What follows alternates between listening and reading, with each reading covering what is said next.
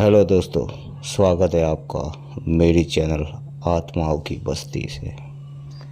आज मैं आपको एक बस में सफ़र कर रहे मुसाफिरों की सच्ची घटना के बारे में कहानी सुना रहा हूँ।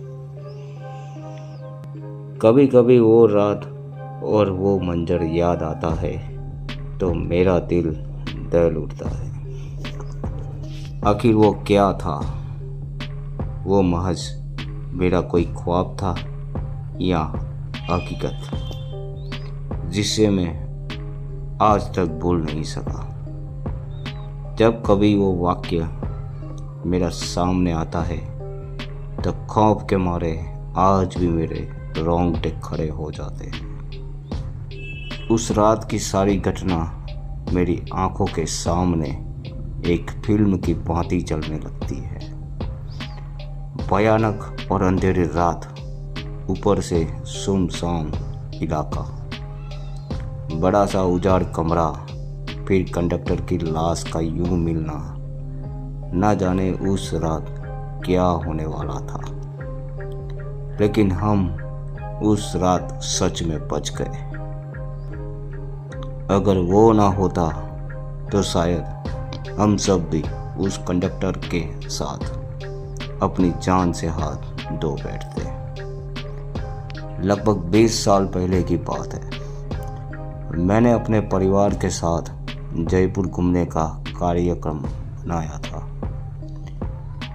मेरा बेटा बहुत दिनों से जिद कर रहा था कि पापा मुझे राजस्थान घूमने के लिए ले चलिए ना। सो मैं उसकी बात मानकर बेटों को जयपुर घुमाने को राजी हो गया।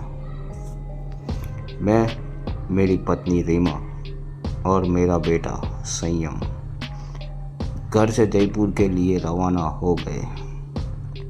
हमने 2 दिन में पूरा जयपुर घूम लिया, लेकिन मेरे पास अभी 2 दिन की छुट्टी और भी बची थी। तो मैंने सोचा क्यों न अजमेर शरीफ भी हो आते हैं। क्योंकि हमारी ये प्लानिंग अचानक हुई थी तो हमें जल्दबाजी में बस का सहारा लेना पड़ा। उस बस में और भी यात्री थे, खासकर बुजुर्गों की संख्या ज़्यादा थी। हमारी जैसी केवल एक ही फैमिली थी।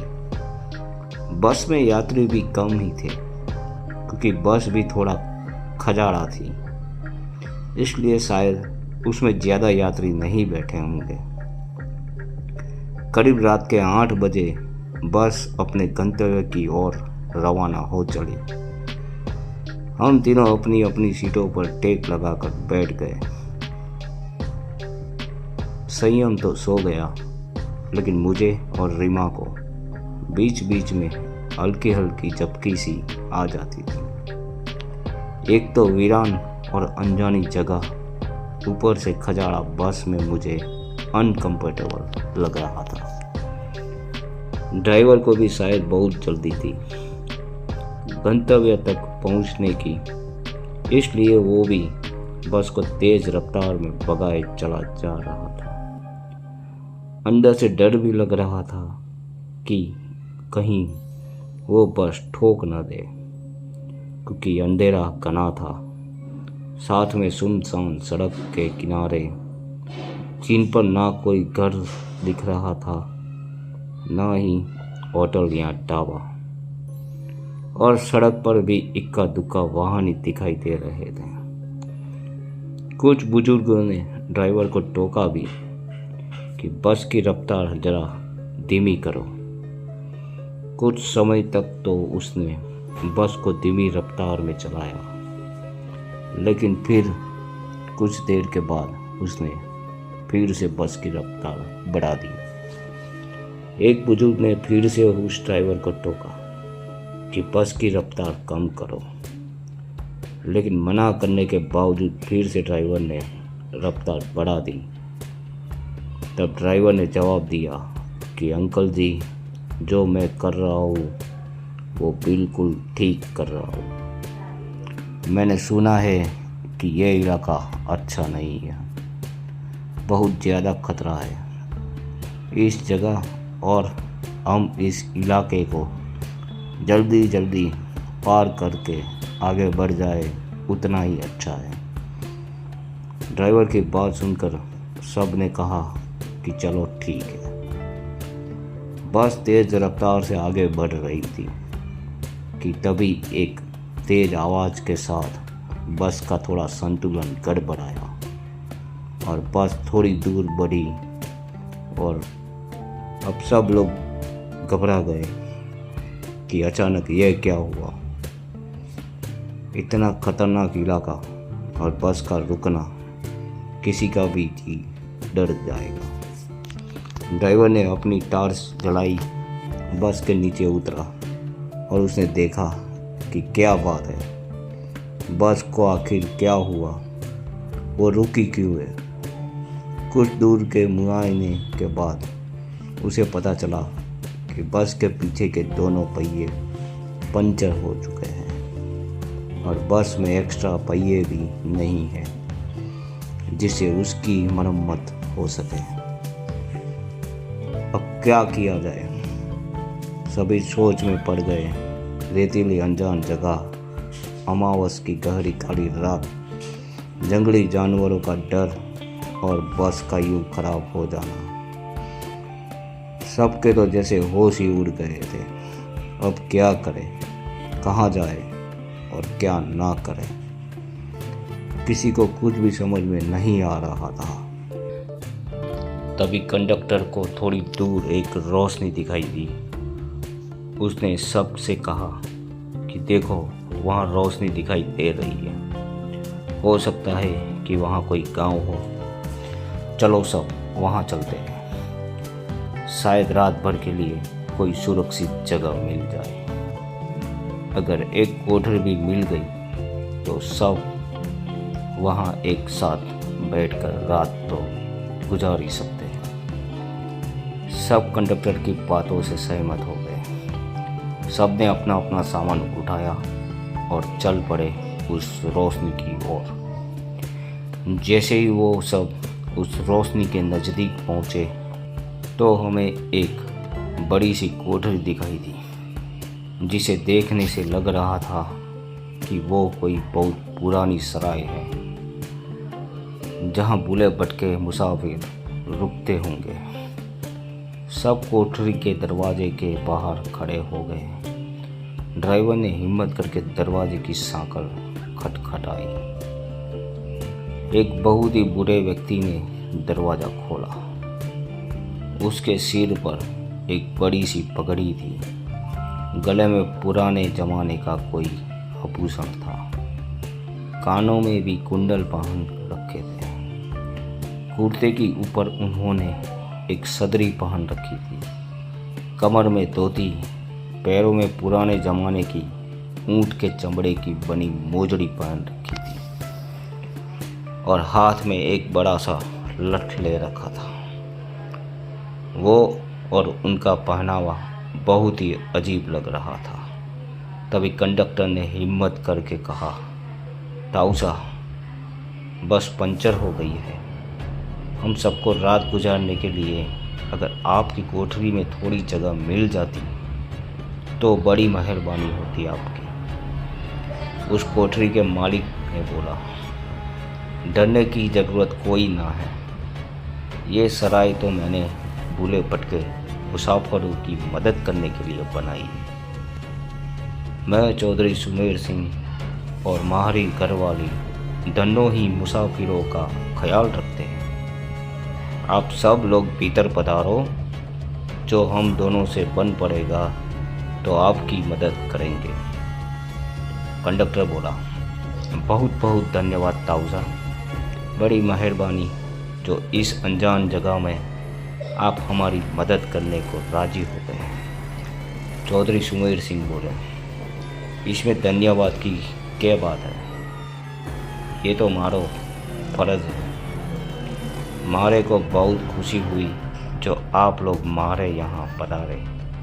ये रहा पानी से भरा मटका, इस बड़ी सी डलिया में पूरियाँ रखी है और उस बड़ी सी बटलोई में आलू की तरकारी होगी। ये रहे पतल और आप सब अपना खाना परोस लीजिए। महिलाएं धनों के पास चली जाए और पुरुष मेरे साथ आ जाए। जल्दी से सब खाना खा लो और जिसे बाहर का काम निपटा ना हो वो निपटा आए, क्योंकि 12 बजे के बाद कोई भी बाहर नहीं निकलेगा और ना मैं किसी को बाहर निकलने दूंगा और कोई भी इसका कारण नहीं पूछेगा।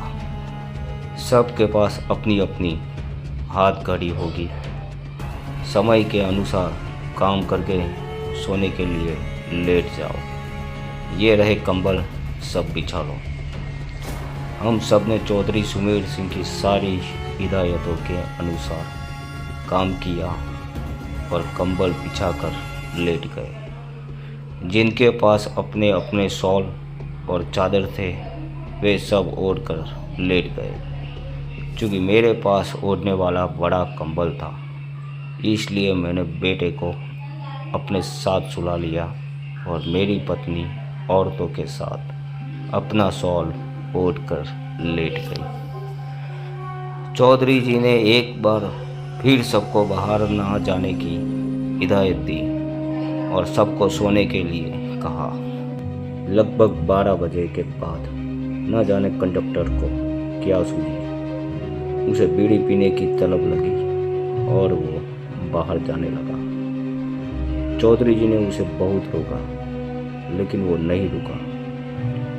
कंडक्टर के बाहर जाने के बाद चौधरी जी ने जल्दी से कोठरी के दरवाजे बंद किए और साथ में पटरे की मदद से किवाड़ को भी मजबूती से बंद कर दिया, ताकि कोई भी भीतर ना आ सके। और सारे रोशनदान और खिड़कियों के भी बंद कर दिए।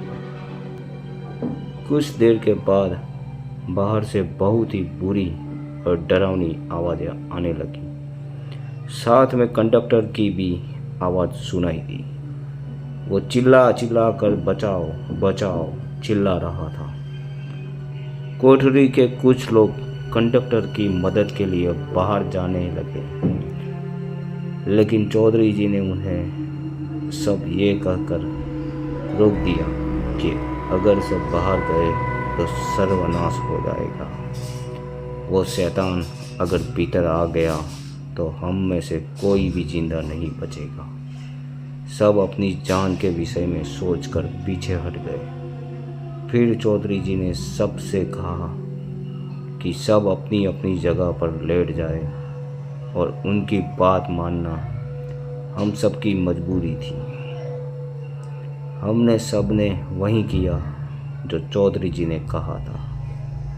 एक आध घंटे बाद सबको नींद आ गई। हम सब सुबह जगे तो वहाँ का मंजर देखकर दंग रह गए। हम सब रेत पर लेटे थे और वहाँ से कोठरी गायब थी। केवल हम लोगों का सामान ही पड़ा था। वहाँ 2 समाधियाँ बनी थी जिन पर चौधरी सुमेर सिंह और दन्नो सिंह लिखा था। हम सब ये देखकर हैरान थे कि आखिर रात को जो हुआ था तो पाप था या हकीकत। तभी वहाँ से एक चरवाहा अपनी भेड़ों के साथ निकला। उसको हम लोगों ने सारी बात बताई तो उसने बताया कि यहाँ बहुत समय पहले एक सराय हुआ करती थी, जिसकी रखवाली चौधरी सुमेर सिंह और उसकी पत्नी दन्नो किया करते थे। और उन दोनों के स्वर्गवास के बाद आज भी उनकी आत्माएं भटके हुए मुसाफिर की मदद करने आती हैं। इस इलाके में बहुत शैतानी आत्माएं रहती है जो लोगों को कत्ल कर देती है, लेकिन सुमेर सिंह और उनकी पत्नी अच्छी आत्मा है, इसलिए वो लोगों की मदद करने आ जाते हैं। ये सब कहकर चरवाहा वहाँ से चला गया, लेकिन हम सब के मुंह और आंखें खुली की खुली रह गई। फिर हम सब ने अपना अपना सामान उठाया और बस की ओर आ गए। देखा तो वहाँ कंडक्टर की लाश लहूलुहान पड़ी थी। वो सब देखकर हम सबका दिल दहल गया। थोड़ी देर के इंतज़ार के बाद वहाँ से एक दूसरी बस गुजरी और हम सब उसमें बैठकर अपने गंतव्य को रवाना हो गए। तो ये थी दास्तान कुछ मुसाफिरों की।